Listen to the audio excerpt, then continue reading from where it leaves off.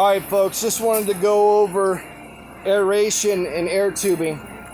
So what we did was we needed a way of weighing down. We did a DIY. This is just a soaker hose, a 5/8 diameter soaker hose that you can get from like Home Depot or order it on Amazon. 50 feet of it is like, I think it's like 30 bucks or 25 bucks, something like that.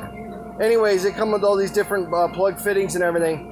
And so we got that. I thought, hey, I got to figure out a way to weigh it down. A roll of that other stuff's like $500 from China that weights this stuff down. And so what I did was I figured I need to figure out a way to be able to weigh these down.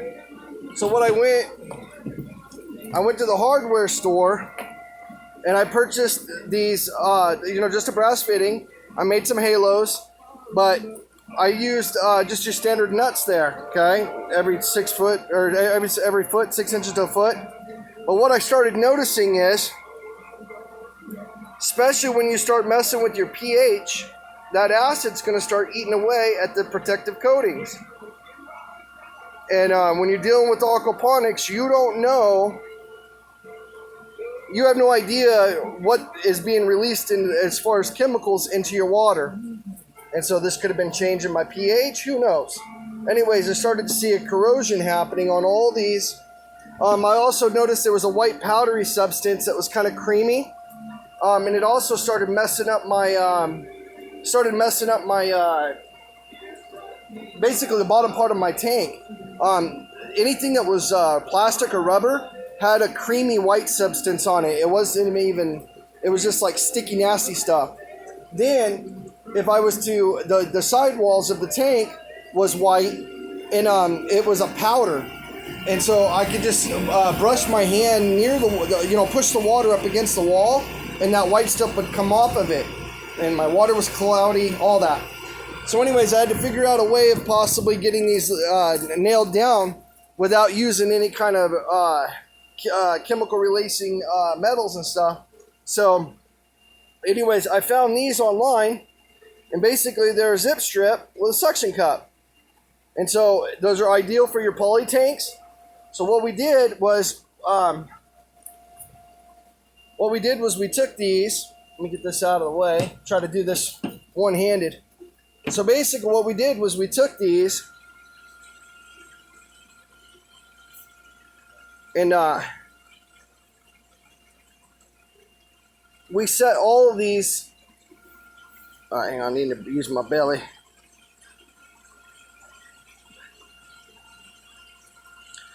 We ran these basically every 6 inches to a foot.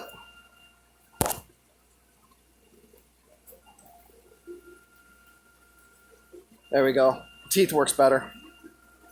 So anyways, and so what we did was we started doing this right here. And then when you put it in the tank, you just pop that bad boy on there, and then they stick to the sidewalls. So what we did was we came in here and we redid the halo inside. Lots and lots of micro bubbles. You can actually see it. You'll see the water hop up. I'll do this without dropping my phone. But you can actually see those bubbles that are jumping, right? Very, very small bubbles, micro bubbles, okay? So we just took that tubing, went 360 degrees around the tank, and the tank's getting plenty of aeration now. Again, it's ran off of that Gast R2 regenerative blower. We had one of these bladder apparatuses here, and was not impressed at all. It's basically good for surface area. It's not really good for your your deeper applications. And they say, well, it's probably the regenerative blower, but as you can see, the blower is cranking out the air. So I don't think it's the blower. Anyways, I'm still working with them. They're talking about possibly making a change or sending me out a different one or a new one. They don't know if it's a quality control or what. So anyways, I'm going to give them an opportunity to make things right. Especially if you're dropping 60, 70, 80 bucks on something like that right there. you want to make sure that it works. And the catch-all is not to blame the equipment, because as you can see, that regenerative blower is not only running this whole entire tank in here. In the mineralization tank, it has 2 stones. It's got a halo down there in the sump. It's pumping that whole entire bed all the way down 20 feet. And it's feeding each and every one of these vertical towers. You can see the bubbles there, the halo. And then it's also feeding the beds. So I'm in the process of getting these all buttoned down. But basically you just take these little suction cups, we give it a little wiggle, and then that stuff will stick right to the bottom of the a little bit of memory in this this hose, but it'll go away once it gets warmed up.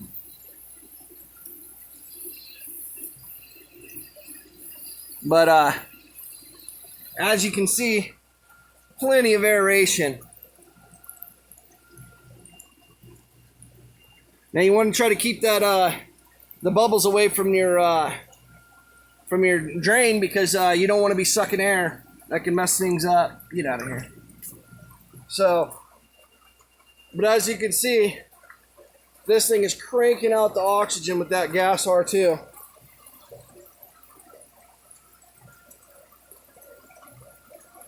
Regenerative blowers, man, that's the way to go.